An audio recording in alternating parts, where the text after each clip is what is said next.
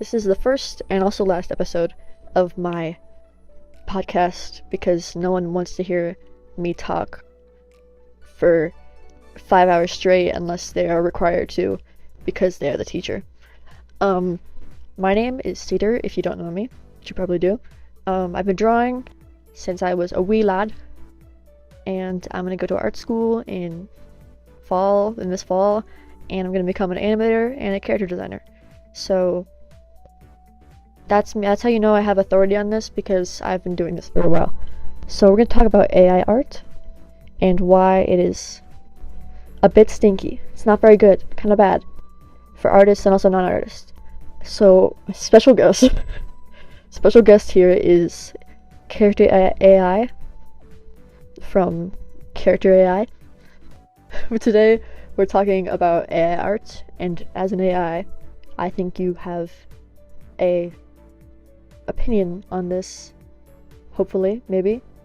So first question, can you explain how AI art works and what are some of the most popular generators? Of course, AI art is a type of computer-generated artwork that uses algorithms and machine learning techniques to create a wide variety of images. Some of the most popular AI art generators include DALL, Midjourney, Stable Diffusion, Artbreeder and Nightcafe, all with their unique strengths and weaknesses. Okay, that's cool. How is AI art different from human art, and what are the benefits, but also the drawbacks of using AI art? AI art is different from human art in the sense that it is created by algorithms and machine learning rather than by human artists. The benefits of using AI art include speed and efficiency, as well as the ability to create large volumes of high-quality art quickly. Additionally, AI art can be used to create images that would be impossible or impractical for human artists to create, such as complex or geometric patterns, or images that involve massive datasets. However, there are drawbacks to using AI art as well. Some people believe that AI art lacks the emotional depth and creativity of human art. Additionally, there are concerns about the potential for AI art to be used maliciously, such as in creating fake news or spreading propaganda. AI art may be difficult to copyright, and it may lead to job losses for human artists. Okay, cool. I mean, that's okay. Speaking of copyright, what are some of the ethical issues relating to copyright in AI art?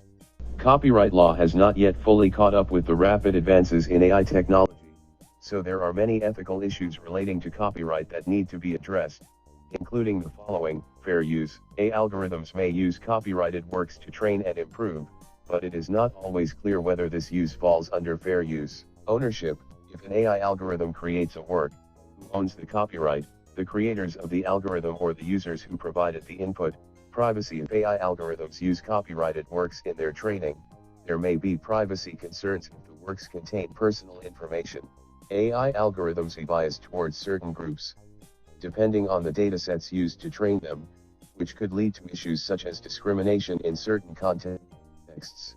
Job displacement. The rapid development of AI and automation may lead to significant job displacement, particularly in creative and artistic fields, with potential economic and social ramifications. Yeah, I agree that it is very complicated, because AI is complicated. Um, I know how real art is made, because I'm an artist, but how does that process relate to the process of creating AI art? Great question. The process of creating AI art is very different from the process of creating traditional art. In traditional art, an artist typically starts with a blank canvas or paper and uses physical materials such as paint, pencil, or clay to create the artwork. The creative and artistic process is often based on a combination of intuition, imagination, and technical skill. In contrast, AI art is created using algorithms and machine learning techniques, which typically involve training a computer program on a large dataset of images and then using that program to generate new images.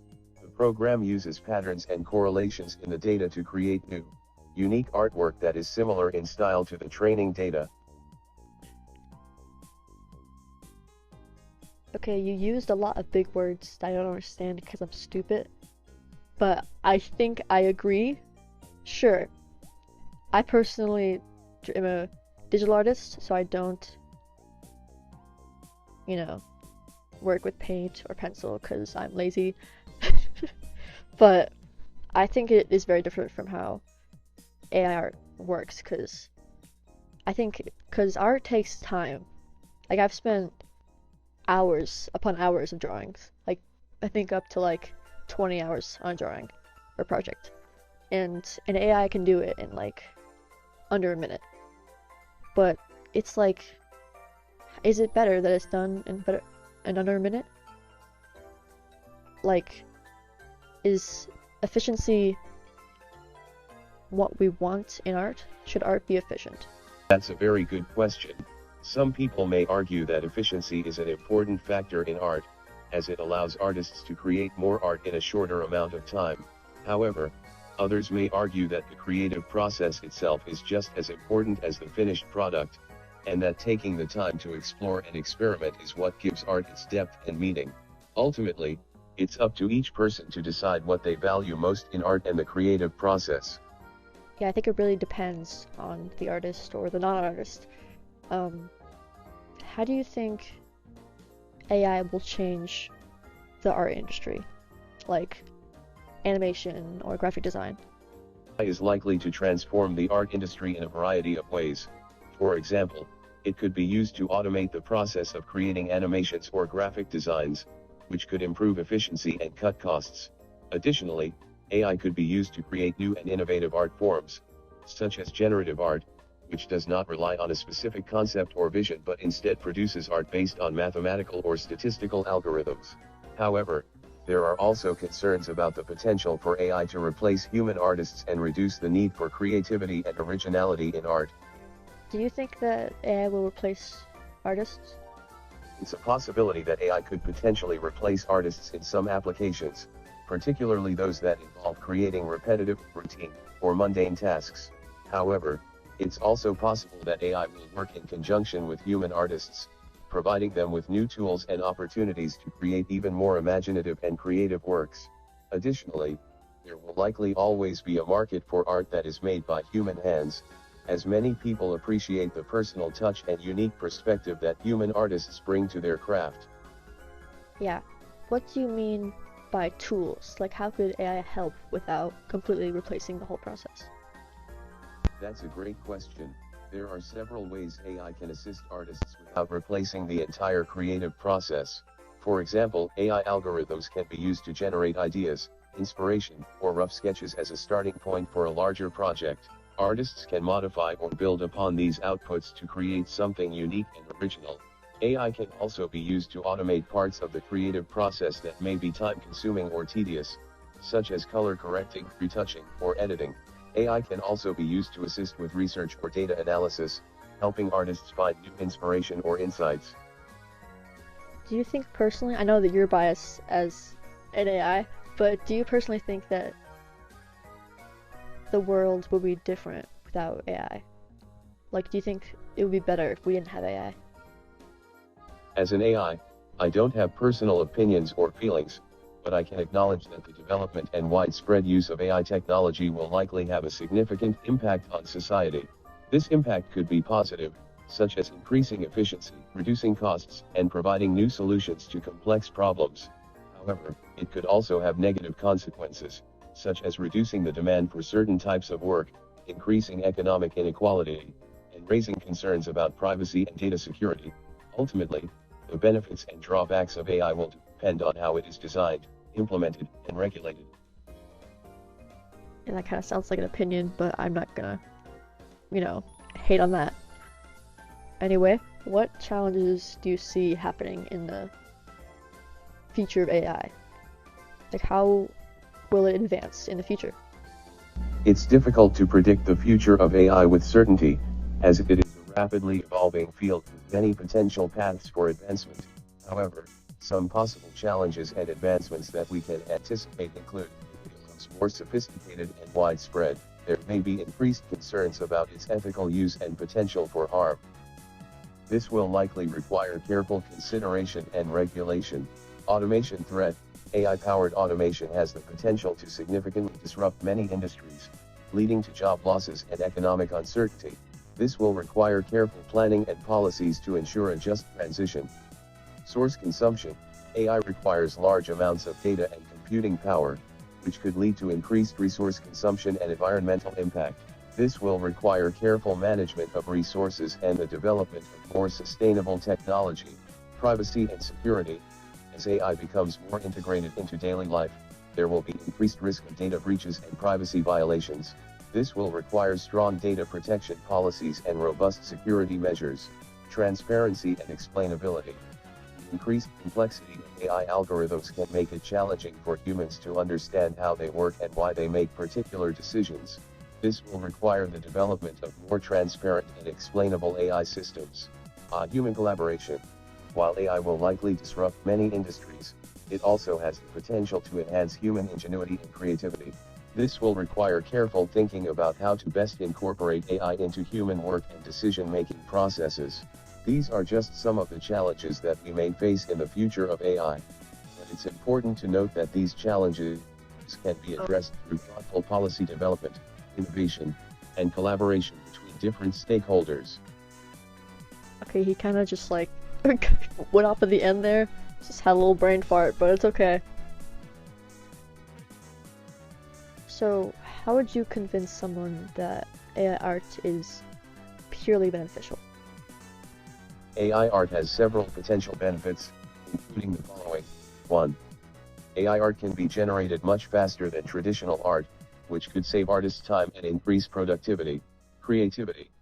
While AI art algorithms are not capable of human-level creativity, can provide new and unexpected combinations and ideas which can inspire human artists and enhance creative processes.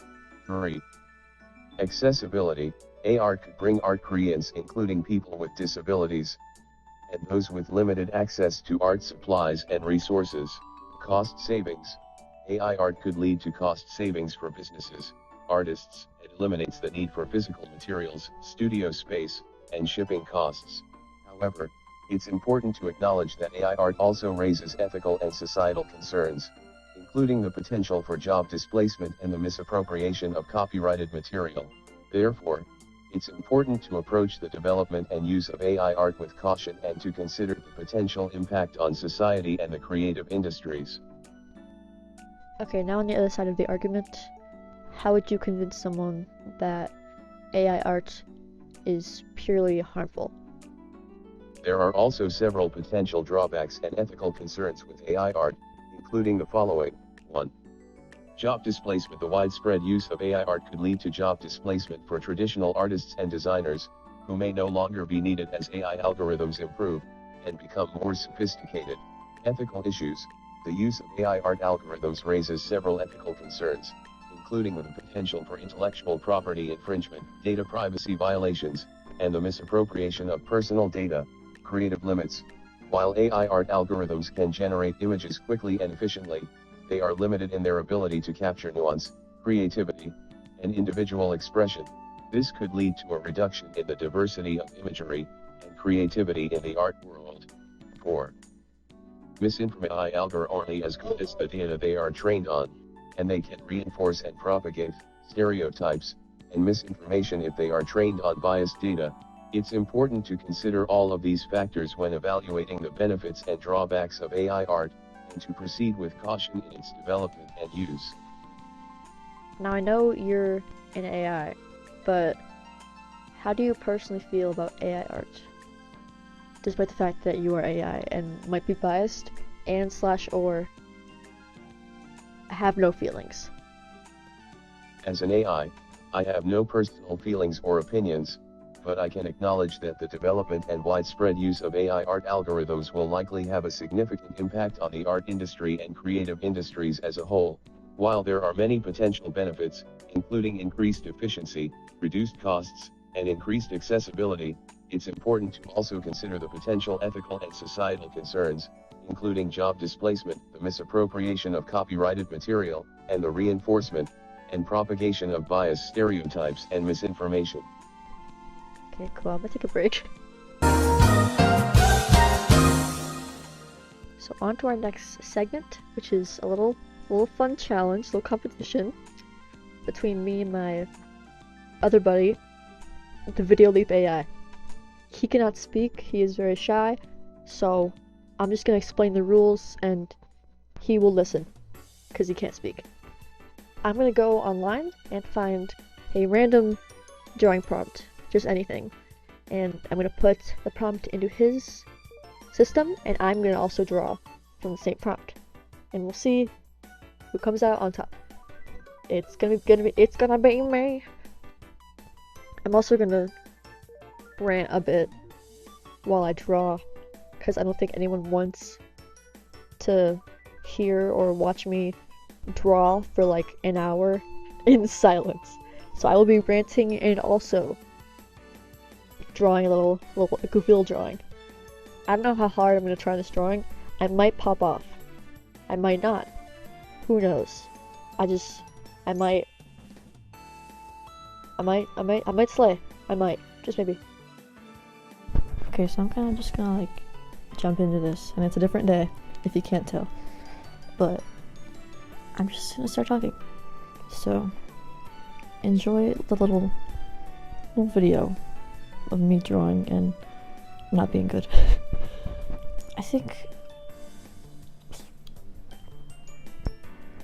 something that makes me mad when AI is brought up is like the process of it.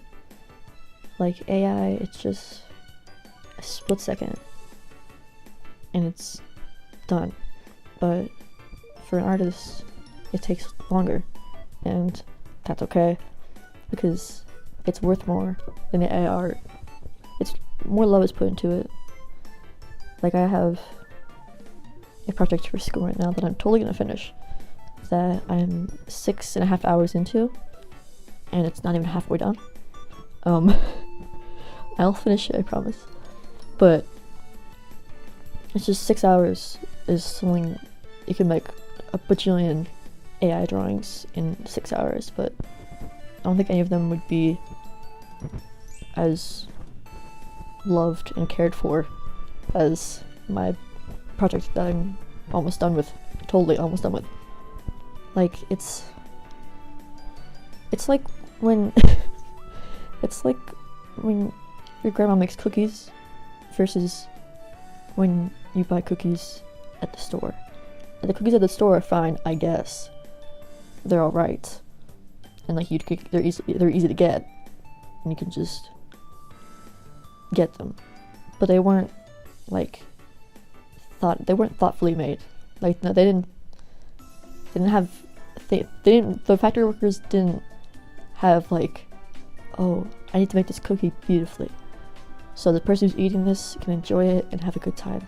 They just thought, cookie, go, make. I think it's just the difference between someone making art and loving the process of it, or loving art in general, and someone making art, or something making art, and just, you know, not caring at all and not having any emotions. Because I think art is all about emotions, which is why I think I'm an okay artist, because I have a lot of those. Like I said, I have a project that I'm 6 hours into, and 4 hours into it, I decided to change the whole drawing. So, God bless my soul, I believe in myself, I can finish it. But I decided to change the whole drawing, and that's happened a lot with my art over the many years.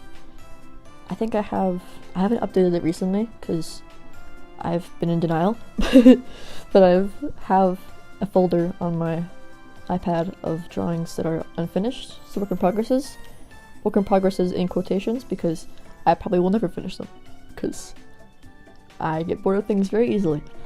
I think last time I checked, it was over like 200 artworks that are unfinished and undone, and that is really sad. But some of them I think could have been really good, but they never worked out. I don't know where I was going with that anyway.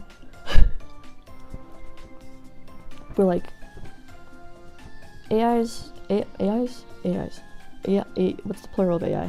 I think it's just AI. AI, they don't sit down and they don't think. They're not thinking. They're computers. They don't think. They just type. or speak, or I don't know how AI works if you can't tell. But AI art, the AI doesn't sit down and spend time planning this. Like I'll have like 12 drafts of a drawing before I decide on the one I want to use. Like my art project I'm doing currently, I think I had 6 drafts, and that was for one concept. The other one was I had one because I was lazy. But I think an AI doesn't do that. They just go. They don't have any like thoughts or cares or like getting ideas. They just steal ideas from other people. It's like walking into like a Gordon Ramsay contest and you spend all this time on your food. You just like, you put little, I don't know how cooking works, you put little sprinkles of herbs on there, and you just put your life and soul into this piece of food or this dish, and then you put your food down. Gordon Ramsay comes out and you see your opponent has just like bought food from the gas station next to the studio, and Gordon Ramsay looks at both of your dishes and just is like, this one's better, and it's the one that was store-bought. Because I think people just, I don't think I've really heard of any artists who are 100% for AI art. Like I think some can think it can help us as a tool, but not completely replace us. But I think a lot of non-artists who have drawn once or twice in their life and don't really want to draw, I just think it's easy just because they don't have to pay money for someone to draw something for them. They don't have to do it themselves. They can just hit a button and have their thing be real. But it's efficient, I guess, but it's not good. Like, it's efficient, but it's not supposed to be efficient. It's supposed to be a long, very tedious process for the artist, usually. But I think my father, God bless his soul, he's not dead, he was talking about how he asked me if we have any AI subscriptions to something, like any AI app subscriptions, and I was like, no, why? And he was like, because I wanted to get some AI art, and I was like, oh, don't do that. And he's like, why not? And I was like, because it's bad for art. It's bad in general. That's it. And he's just like, but I want it now. And I was like, just like hire someone, or hire me, or I could refer you to other artists I know. Just, you don't have to go to character AI and just type in something and then get a burst of pixels out of nothing. That's what AI art is. Like, a drawing, like whether it's like digital or traditional, it's made up of, like thought. Each line is done with thought and with usually perfection, because we're perfectionists. But each line is just like, it has thought put into it, and each color, everything is carefully thought out. But AI art, it's just a bunch of pixels on a screen. It's not like, I'm really good at speaking. Has not the same vibe. Doesn't have the same like humanness to it, which I guess is the point, because it's not human. But I think art is what sets us apart from, monkeys. Art and like self-awareness, which can also be intertwined, is what sets us apart from literal animals. And I think that using AI to create something that humans invented, actually, is kind of scary. Like, usually I'm very intrigued by AI and robots because I'm a nerd. But I just imagine if a caveman was doing his little cave drawings and then like got transported to the future and saw someone at their computer making an AI drawing, he'd probably hit someone in the head with a club and throw him out the window. So I think he would, he just throw them out the window. Because, caveman. And also, I would do that. I kind of don't like people who do that. I understand that it can be a tool, but it's not a tool if you're just, like, a hammer can be a tool, but it doesn't do the whole thing for you, and it shouldn't.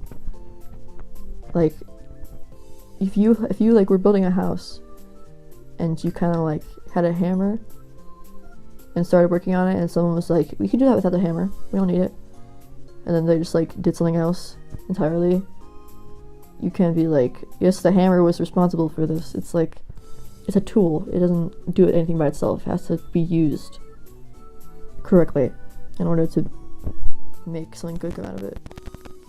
I think, like, I don't know what I think. I'm very brain dead. This is gonna go in the bloopers because I'm tired and lazy. I probably should have scripted this part, but like, I'm known for my rants.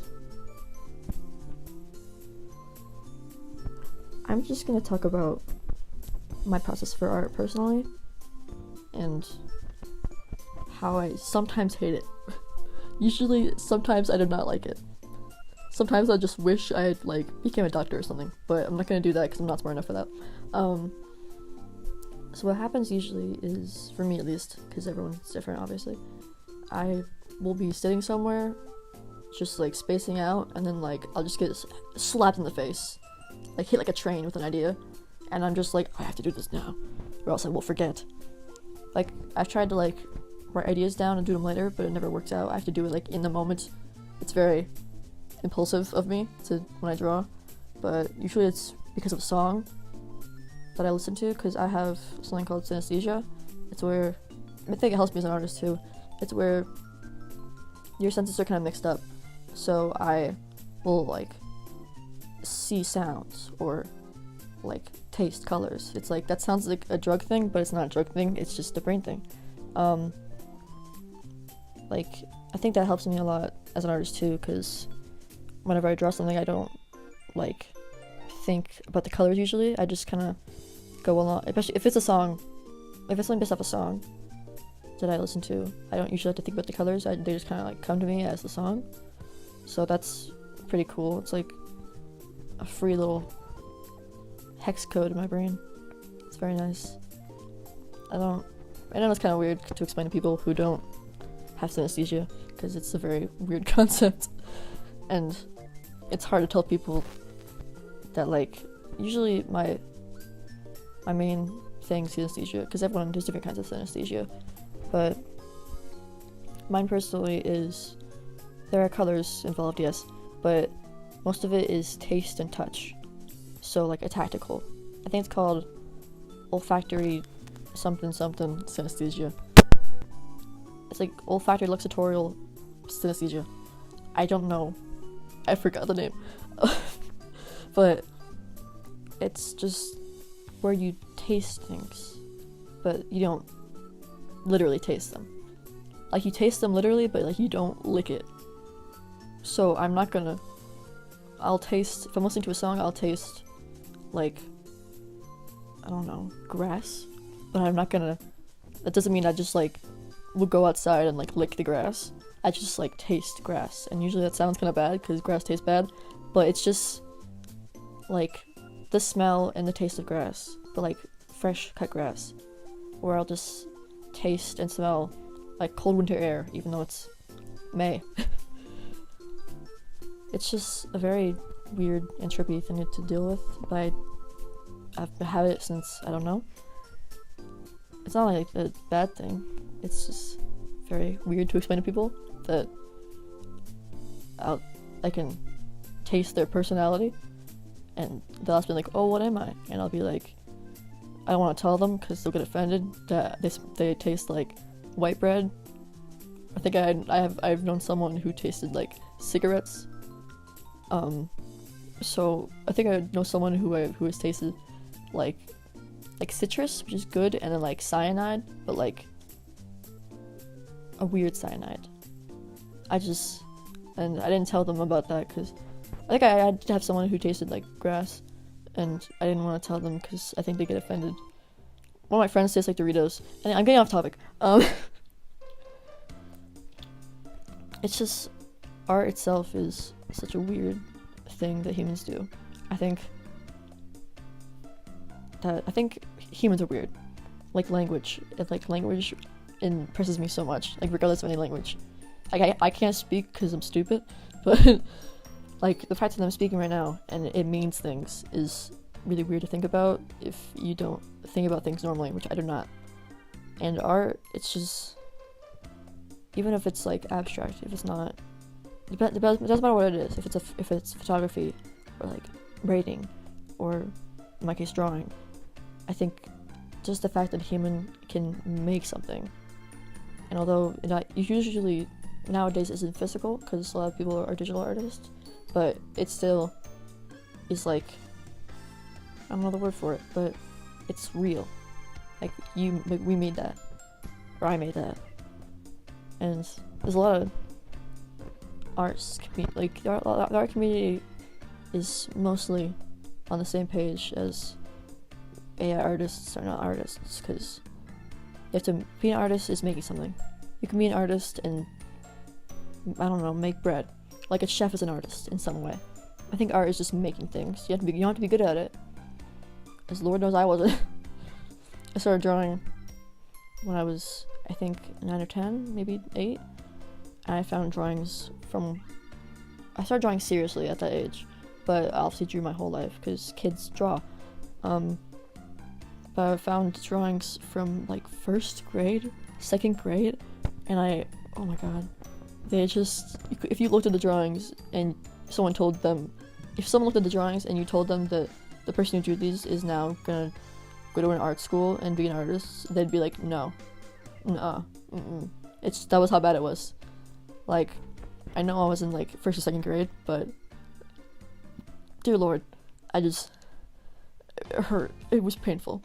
I don't know, I couldn't even tell what was happening. It was just like, it wasn't even stick figures, it was just like, I don't know. I can't explain it, I don't want to explain it. In conclusion, I'm better at art now, I think. And I think one of the arguments for AI art is that it can help people who want to be artists, but aren't artists. And my thing to that is, become an artist. Just literally do it. Like, it's not that hard. I mean, it's very hard, but it's very hard to get good. But starting, being an artist, all it takes is just an idea and something to do. Like a pencil and paper, or an iPad, or a camera. Like, you don't have to, it's not something you're born with. Like, some people might be more naturally creative, but it's not something that you're born with. Like, if you're not born naturally creative, you can learn that. And you can become an artist even if you don't think you could. My mother, I was talking to her about this podcast, and she was saying, I was talking to her about AI art, and she was saying, like, I guess I get it, but I never could be an artist, so I mean, like, it's hard to, she said she can never be an artist, and I just was like, you so totally can. Like, for real. It's easy, it's hard to be good, and it's hard to make something out of it, like a career, but it's so easy to do, usually. It's just a pencil and a paper. You don't have to be good, because a lot of people who start drawing might not start drawing till adulthood, and they still can be good. It just is all about practice and experimenting and learning and critique from other people. Like, I think I've gone through at least 100 art styles in the past, like, I don't know, 5 years. It's because your art changes. I don't think there's any point where your art will be fully consistent, because it's always changing. Every drawing is different, for me at least, because I'm very impulsive and I don't really stick to things often, as you can tell by my 200 work in progress folder.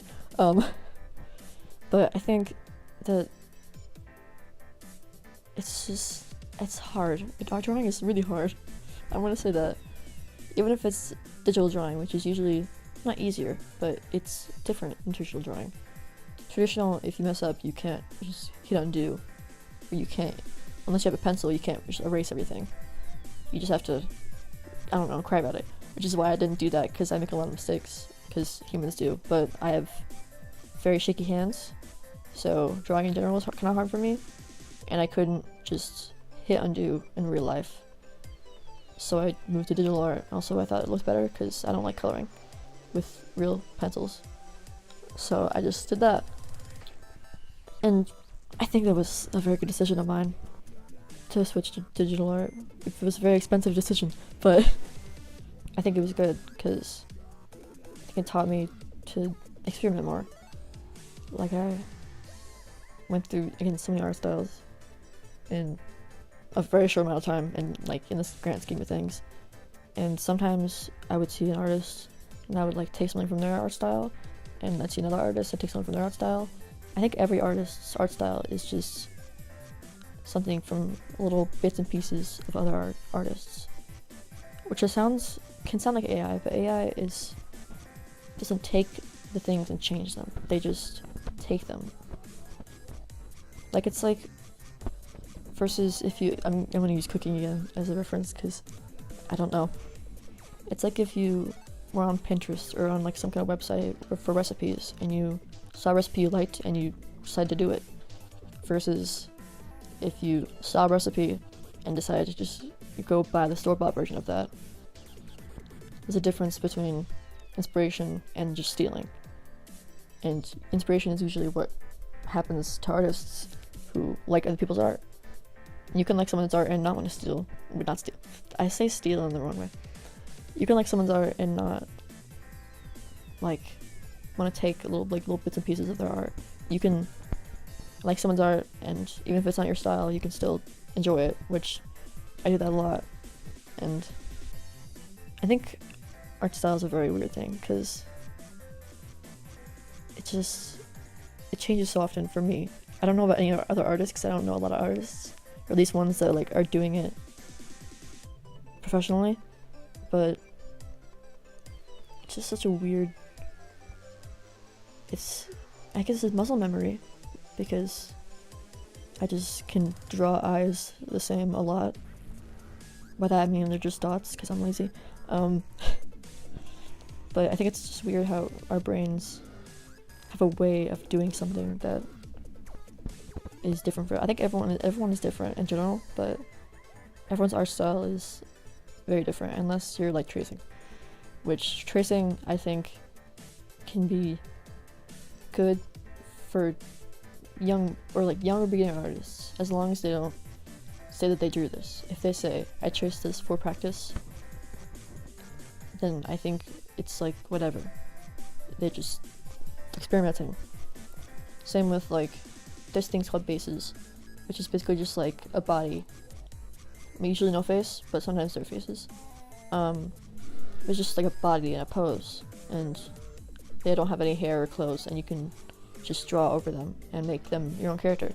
I used them for a while when I was, I want to say like 10, 11, and even though I didn't really I made some of the art. I did some things, but most of them were from bases, and I think it's kind of art, as long as I don't say I did this without a base.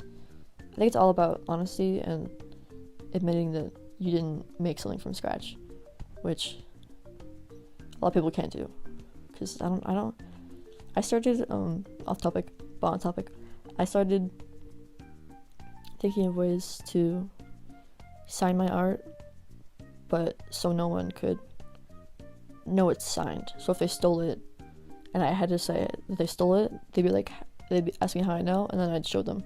Like, I think I thought of just putting a little Easter egg in every single drawing of mine. Like, I wanted to just wanted to put like my face in every single drawing, but like you like hide it.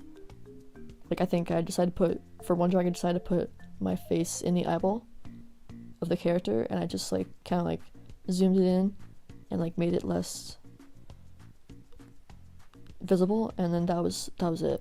but if you zoomed in, you could still see it. I love artists who just like put their face as a signature or like something else entirely. I just think it's so funny, and I'm gonna start doing that because I used to sign my art for real. I think I stopped signing it like 2 years ago because I didn't think I was good enough to get stolen from, which, I mean, I didn't get stolen from. So, but I think anyone's good enough to get stolen from. I think someone could draw a stick figure and someone could draw over that stick figure and be like, I do this. I don't think it matters how bad you are, bad in quotations, at art. I think it's just people want to feel like they made something.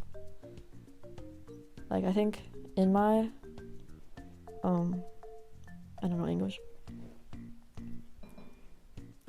When I took a college class for my college I'm going to, this was a scholarship class, and we talked about bad art versus good art, and we had like different discussions on what good art versus bad art was, and a lot of the bad art we chose was just scribbles, but it was done by like a 30-year-old man. I don't remember what the piece was called, but I think it was just a couple colored pencils like scribbled together, and then that was it. And it's kind of like when you're in a museum and you see those paintings that are just like circles and they sell for like bajillions of dollars, and you're like, I could do that. But the thing is that you didn't do it and you didn't make that. I think just the simplicity of it is this is what I call abstract art, because it's abstract and it's hard to figure out, even though it just seems just a circle, but I think there's more to it than that. At least the artist has some sort of thought behind it. Like, I'm mostly doing character design now, hopefully for a while, because I like designing characters. But when I add a feature to someone, I never do it just because I'm just like, well, this person is gonna have this outfit because I feel like it. I try to like add to their personality and like make things connect. It's a lot, but I know that I can live happily knowing that no matter how bad I think my art is, that an AI will be worse. That's just, I feel like that's usually a bad mindset to have, is that like, even though no matter how bad I am, someone's worse than me. But I think it's okay when there's AI, because they're not someone.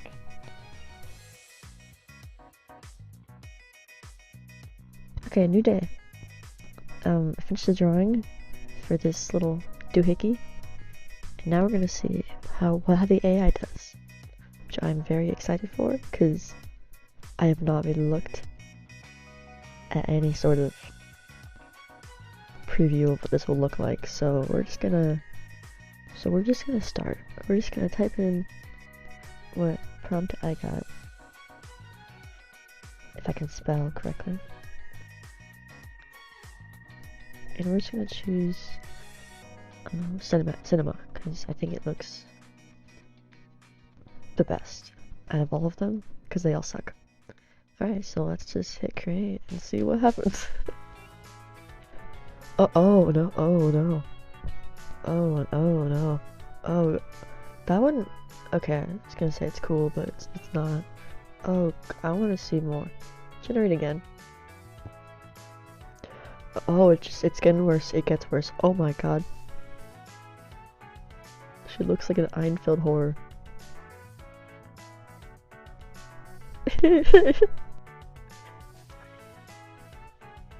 I need to see more. Oh my goodness. Oh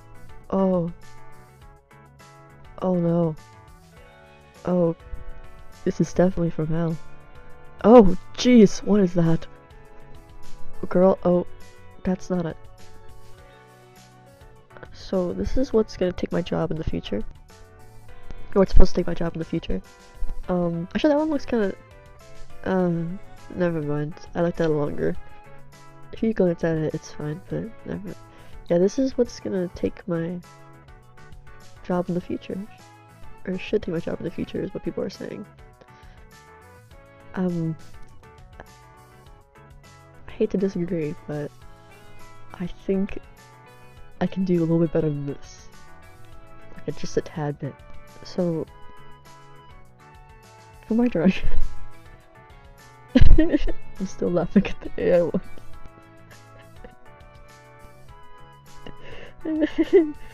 Okay. I'm alright, I'm I have deep breath, I'm alright. So, for my one that I drew and didn't spend 5 seconds on, I wanted to go for a certain vibe of like feminine horror.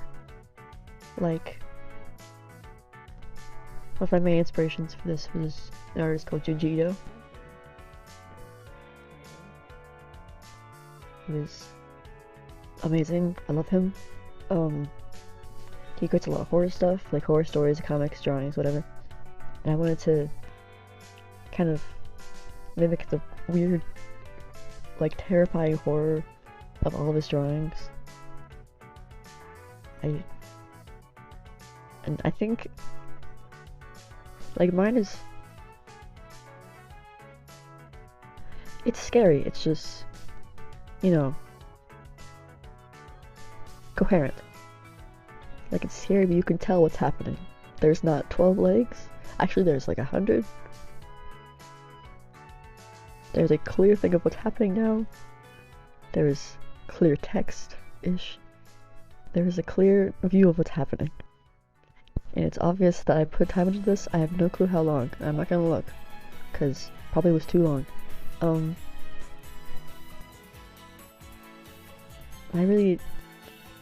Some of my inspiration was a lot of, on Pinterest, I had a very wide variety of inspiration. I kind of went on Pinterest and looked up monster design or horror, because I genuinely had no idea what I wanted to do. I wanted to have like, kind of like an old, like a mystery novel kind of look from like the 90s or the 80s, like a really old one that you'd find in like your grandma's library that like smells really good. It's about like the mystery of the vampire or something like that. Like I want to have like a cheesy kind of cover look. That's why I made her kind of, gave her like a weird hairstyle, not weird hairstyle, but a different hairstyle and different clothing, because I wanted her design to be more like girl next door. Like someone, if you lived back in the days of yore, by that I mean the 80s, she'd be your neighbor, and you would see her every day, and your mom would like her, and she'd just be a really cool person, but, or you'd think so at least. So she has like the varsity jacket, probably her boyfriend's, her hair up in like the side ponytail, just kind of like a very average girly look, because I wanted her to seem normal. Alas, she is not, as you can see. I was thinking of more of a shy, kind of quiet girl who would just,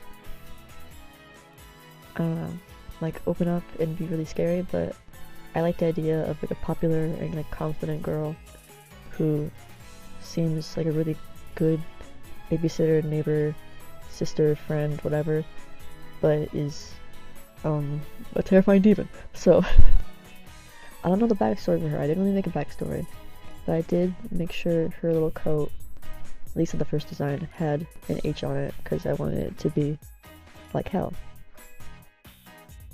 But, you know, no one else knows that. I don't think... Yeah, a lot of inspiration was from Junji Ito, because he is the love of my life. Yeah, I did want to go for, like, a feminine style of horror. Like, someone who is terrifying and scary, but still has some amount of, like, beauty in her. Like, you can tell that she's clearly beautiful, and just a little bit messed up. Just a little bit goofy. But I love drawing horror. It's like my favorite. Whenever the prompt for this showed up, I was so excited because I had an immediate idea of what I wanted to do. And I've never really drawn something like this, I think. I only draw, like, kids a lot, really. And I didn't really think a lot about the kids' designs, I just wanted to think of a very, like, stereotypical brother and sister, like older sister who's kind of more outgoing and energetic, and a shy brother who looks up to his sister, which I didn't think I didn't need to make personalities for these characters, but I think I did. I might use them later in the future, but I really like their designs. I think the bug centipede neck is like one of my favorite parts, just because it's very different from what I usually draw horror-wise. I usually draw big, scary, lanky monsters with giant teeth and like giant mouth and like, you know, like just really uncanny stuff, like giant mouth but still like human eyes, semi-human body, but like just a little bit messed up. Like if you saw it in a dark alley, you'd be like, is that a human? Nope, never mind. But this one, I never really drawn something that's more kind of bug horror-y, because I like bugs and I don't think they're that scary, but definitely having a centipede neck can be a bit frightening, even if you like bugs. I also like wanting to get a vibe of the one scene in Jurassic Park where the kids are like hiding in the kitchen from the Velociraptor. I wanted to have that kind of vibe. I don't know. A lot of inspiration went into this, but I did do a lot of research. I did not know what to do entirely. Usually designs just come to me in like a snap, but this one I had to like test out which different ideas, which was refreshing because I usually just am very impulsive and draw whatever I think looks fun. But yeah, I think this drawing was super fun, and hot take, very unpopular opinion, I think mine's better than the terrifying AI one. Because yes, the AI one is terrifying, which was the goal of mine, but it's terrifying in the way where you're like, aw, this is what people think is gonna, this is what people think is good art nowadays. The terrifying, weird, 5-limbed, 20 fingers,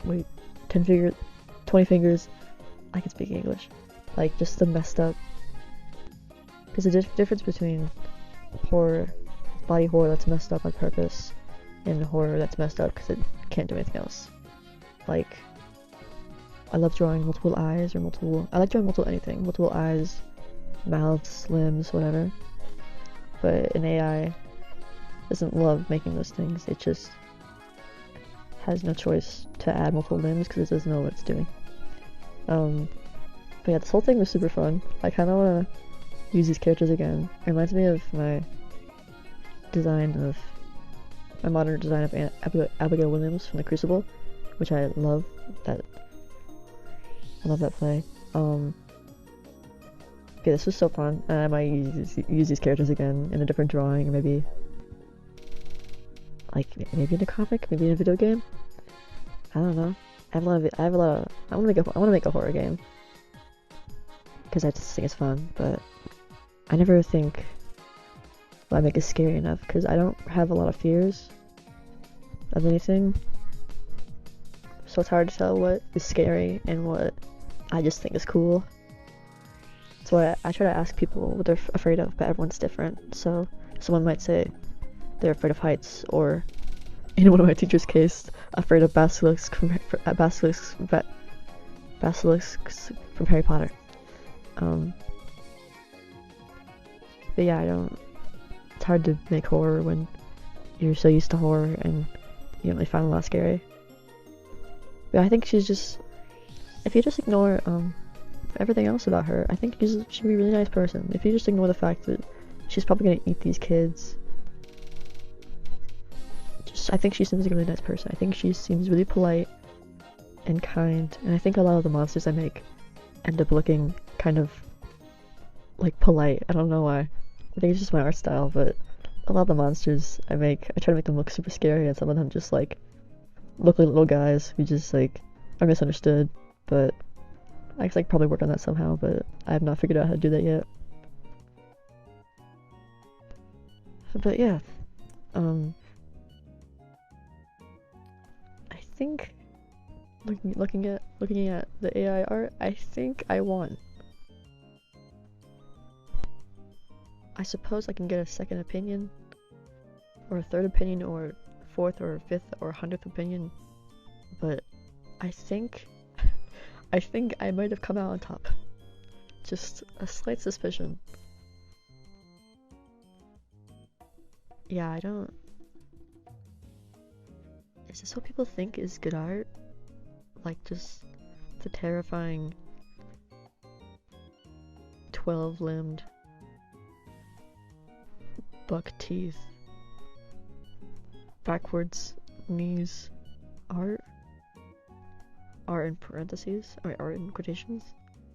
I don't really know what is going through some people's heads, because it's kind of like there is a clear line of what's good art and what's AI art, because I think all art can be good if depending on who's looking at it,